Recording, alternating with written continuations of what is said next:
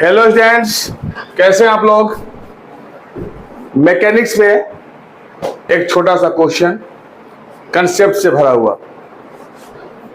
Question को मैंने complete नहीं लिखा है, टाइम लग रहा था लिखने में, फिर मैंने डायग्राम ड्रॉ कर दिया। क्वेश्चन को मैं एक्सप्लेन कर देता हूं। ये सीलिंग ऑफ द रूफ है, छत है, कोई भी रिजिड बॉडी है। यहां से एक स्प्रिंग है और उस स्प्रिंग से एक बॉडी है ए जिसका मास है 3m और दूसरी बॉडी है जो ए से लगा हुआ है, वो बॉडी हमारा बी है जिसका मास है m।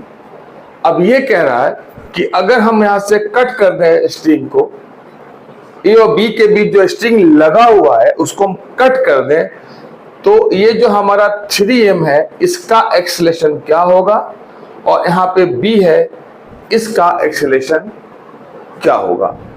ये सवाल पूछ रहा है कि दोनों का एक्सेलरेशन आपको बताना है।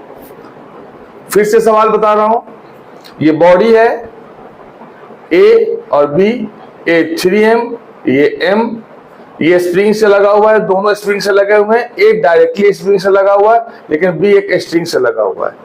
दोनों स्ट्रिंग और स्प्रिंग मासलेस हैं, नेग्लिजिबल मासलेस है। मासलेस कोई चीज होती नहीं है तो हम बोलेंगे कि नेग्लिजिबल मास है। अगर इसे हम कट कर देते हैं तो हमें बताना है कि ए और बी का एक्सेलरेशन क्या होगा। ये हमारे 4 ऑप्शंस हैं। सबसे पहले हम फ्री बॉडी डायग्राम ले रहे हैं, फ्री बॉडी डायग्राम। अब जरा ये देखिए, ये टेंशन ऊपर और ये टेंशन नीचे है T। इसका स्प्रिंग कांस्टेंट है K।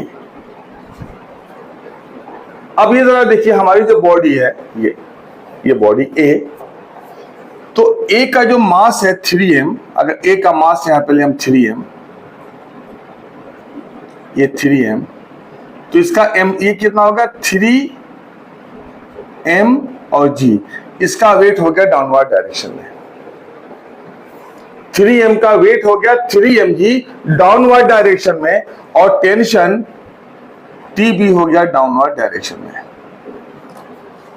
स्प्रिंग इसको ऊपर खींचने की कोशिश करेगा स्प्रिंग, और आपको मालूम है कि यहां पे जो फोर्स होगा ऊपर की तरफ, ये फोर्स हमारा है F equal to kx। Force कौन लगा रहा है? स्प्रिंग ऊपर खींच रहा है। इस A को स्प्रिंग फोर्स F से ऊपर खींच रहा है। K क्या है हमारा? स्प्रिंग कांस्टेंट और x कोई भी इसमें हमारा डिस्प्लेसमेंट। ये फॉर्मूला है F equal to kx। Body नीचे कितना फोर्स काम कर रहा है? 3m और 3mg। 3m की वजह से 3mg नीचे काम कर रहा है और उसके साथ हमारा टेंशन भी नीचे काम कर रहा है। ये टेंशन हमारे बी के वजह से बन रहा है। ये हमारा इक्विलिब्रियम में, ये क्या सिस्टम हमारा इक्विलिब्रियम में, नेट फोर्स 0 है। तो क्या लिखेंगे? 3mg अब plus tension equal to kx।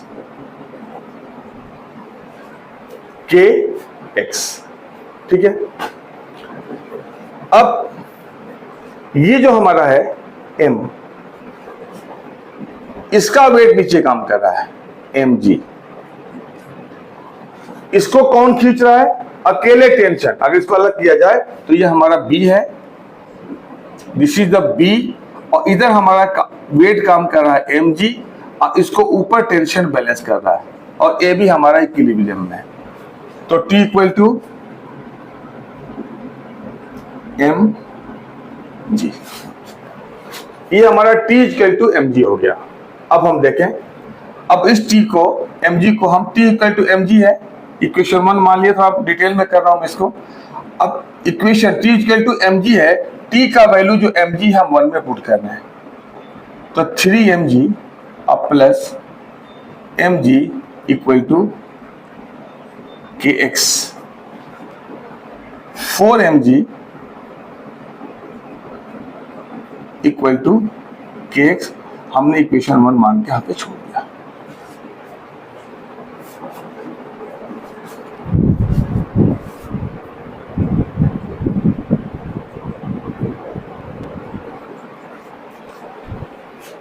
अब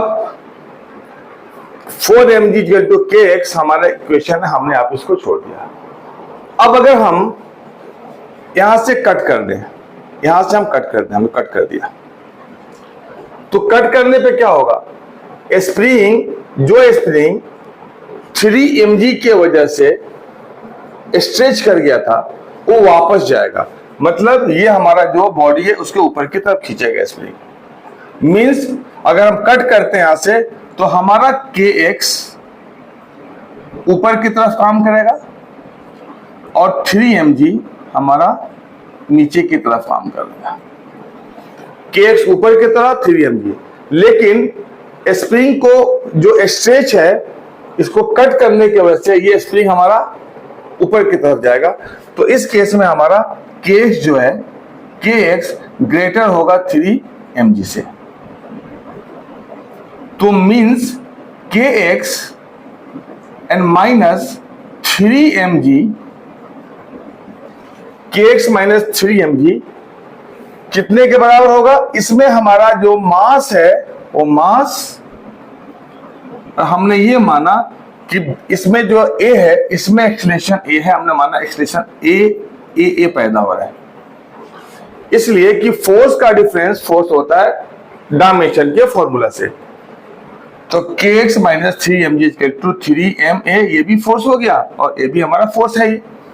kx हमारा यहाँ पर 4 mg के बराबर, देखिए 4 mg के बराबर kx है, तो 4 mg and minus 3 mg = 3 ma। ये कितना हो जाएगा, mg माइनस 3 ma का मतलब एक्सीलरेशन इन द a। और फाइनली अगर देखें तो mg minus 3 mg mg minus 3 mg mg, this is equal to sine. तो 4 mg माइनस 3 mg किसके बराबर होगा, mg के बराबर, और ये 3 ma का मतलब हुआ एक्सीलरेशन इन a जो हमारा ऊपर की तरफ जाएगा, स्प्रिंग इसे अपने ऊपर की तरफ खींचेगी, ऊपर की तरफ स्प्रिंग जाएगा। अब ये m को m कैंसिल कर देते हैं से, तो फाइनली हमारा a जो आ गया, ये आ गया g/3। अब जरा देखिए, एक ऑप्शन तो दिख रहा है यहाँ पे g/3, यहाँ पे g/3 है, g/3 है यहाँ पे a के बारे में, तो हमें हो सकता है a ऑप्शन हो या c ऑप्शन हो, इसलिए कि g/3 एक्सीलरेशन बॉडी a का है, तो हमें क्या होगा, g3 हो सकता है, मतलब a हो सकता है ऑप्शन, या c हो सकता है। अब हम बात करते हैं b का क्या होगा, बहुत ही आसान है। जब हम इसे कट करेंगे, यहां से इसको हम कट कर दिया, तो डेफिनेटली ये फ्री फॉल हो जाएगा। क्या हो जाएगा, फ्री फॉल। मतलब इस केस में जो ma होगा, जो फोर्स होगा, वो mg के बराबर होगा, इसलिए कि फ्री फॉल है, body is freely falling, body बिल्कुल फ्री फॉल कर रहा है। तो उस केस में वैसे भी लॉजिक कह रहा है कि a = g होगा। अगर छत से कूद जाए तो हमारा एक्सीलरेशन कितना होगा, g के बराबर होगा, ठीक है। लेकिन इसे हम करेंगे कैसे, मेरा वेट और मेरा मास इंटू एक्सीलरेशन दोनों बराबर होंगे, तो यहां से हमने m को कैंसिल कर दिया, तो a = g। हमारे पास a, और ये किसके लिए एक्सीलरेशन है, पार्टिकल b के लिए, तो हमने यहाँ पे a b लिख दिया, तो ab = g। तो एक आंसर हमारा g एंड दूसरा g/3। इस तरह से हमारा जो ऑप्शन होगा ये हो गया option A is correct. Hope एक छोटे टाइम के लिए एक छोटा सा क्वेश्चन आपने समझ लिया, और टाइम बाय टाइम हम कुछ ना कुछ 1-2 क्वेश्चन हम डालते रहेंगे। बहुत ज्यादा आपका सपोर्ट तो नहीं होगा, लेकिन डेफिनेटली नीट में जो कुछ कॉम्प्लिकेटेड कॉम्प्लेक्स क्वेश्चंस होंगे आपको उस क्वेश्चंस के लिए ये बहुत सारे हेल्पफुल रहेंगे। छोटे छोटे क्वेश्चन आप आराम से कर लेते हैं। Okay, have a good time my dear students.